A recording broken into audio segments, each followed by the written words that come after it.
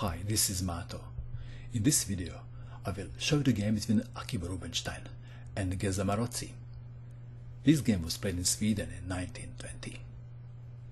Akiba Rubinstein had white pieces and he started with d4.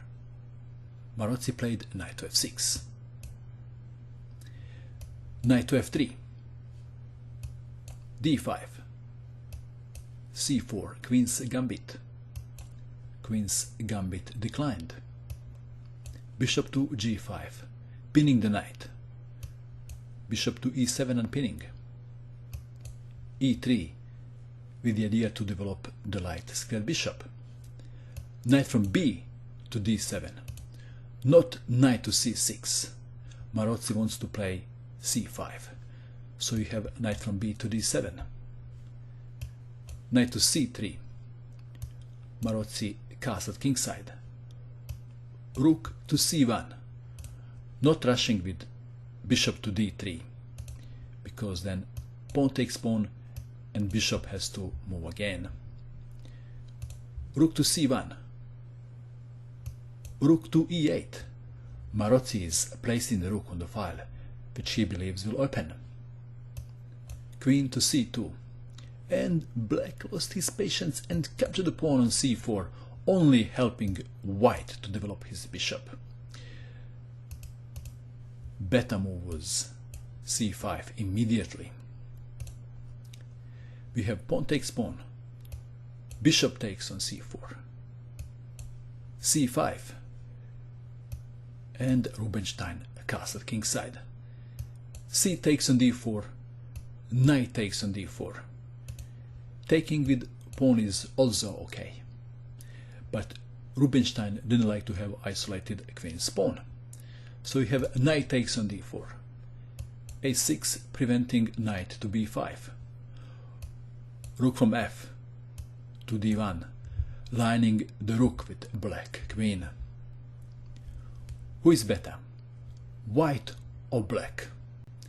After 12 moves, white is better developed. Black light squared bishop is not developed yet, and black rooks are not connected. But Maroczy is fighting back.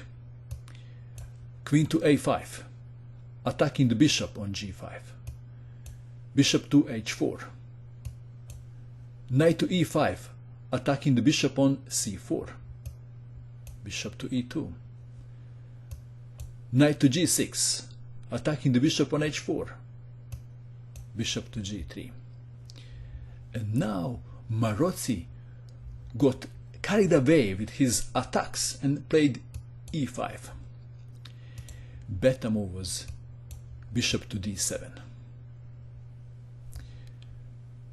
Well, e5 was played in order to develop the light square bishop. Bishop is coming to e6. The downside of this move is that white pieces will have now picnic on d5 square.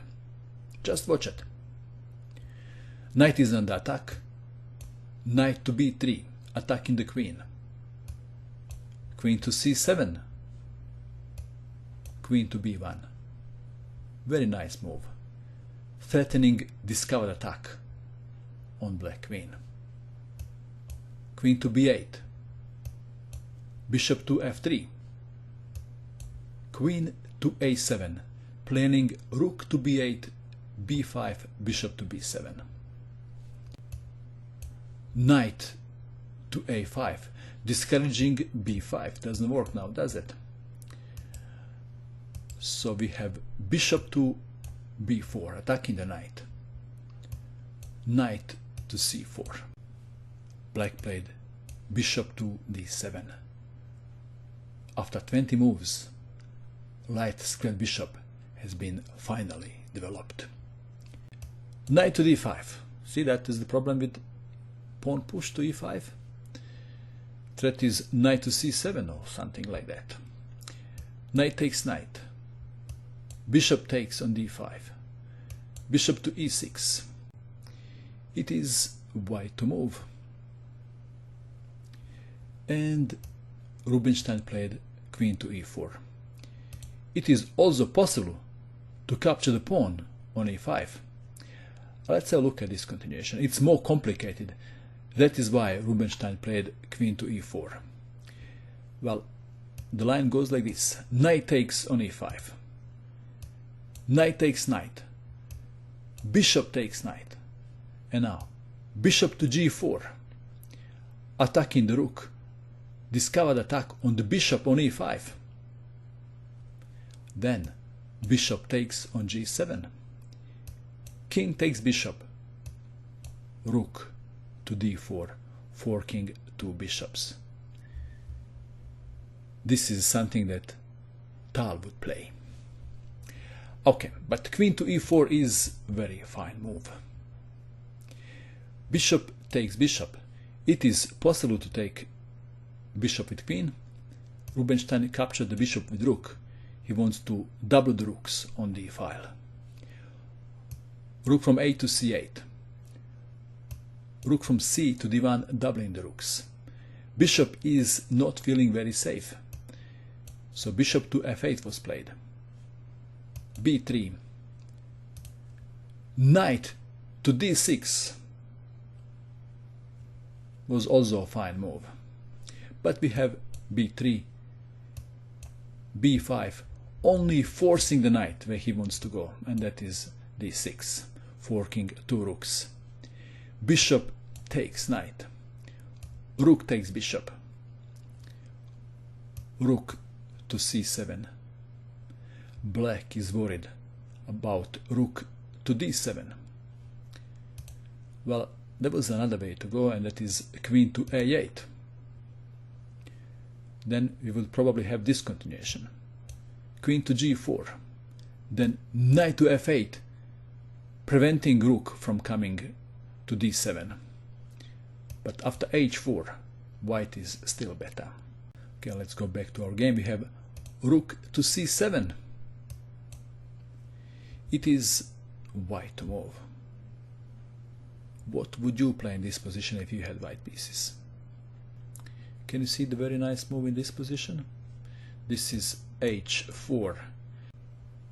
To kick the black knight away from his comfortable position, and at the same time making room for his king to escape, just in case.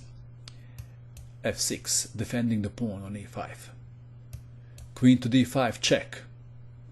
White pieces are now tripled on d file. King to h8. It is white to move. I was showing this game today to my student and asked him what is the best move in this position. And he said rook to d8. I said this is a very good move, but the best move is h5 because Rubinstein played this. This must be the best move. But let's have a look at your continuation. Rook to d8. And indeed, this is a very good move. One line goes like this. Rook to f8. But then h5. If knight moves, rook takes rook. Very simple, isn't it? If rook doesn't move, if rook to f7 is played, you just take the knight. So this was an easy win. We have h5. The idea was to deny black rook f8 square. Okay, we have now h6, and of course black doesn't want to take the pawn. f6 pawn would be unprotected, but black has knight to g6, queen to e6, a little trap. Rook to f8, of course. Taking queen is not a good idea, is it? Back rank problem. Check and checkmate. So in this position we have rook to f8. Rubinstein is playing now cat and mouse game with Maroczy. Rook to d7. Pawn takes pawn. It is white to move. White played a move and black resigned. What is the move? If you wish, you can pause the video and you can try to find the killer move that Rubinstein played. Are you ready? Did you find the move? Rubinstein played bishop to h4 and Maroczy resigned. In view of this continuation, knight takes bishop, queen to e7, double threat. Threat is queen takes rook and queen takes pawn on h7, checkmate. If rook takes rook, queen takes rook on f8, checkmate. That was a very instructive game, wasn't it? What do you think of this game? And that is all. I hope that you enjoyed watching this video. I wish you good luck with your chess, and bye for now.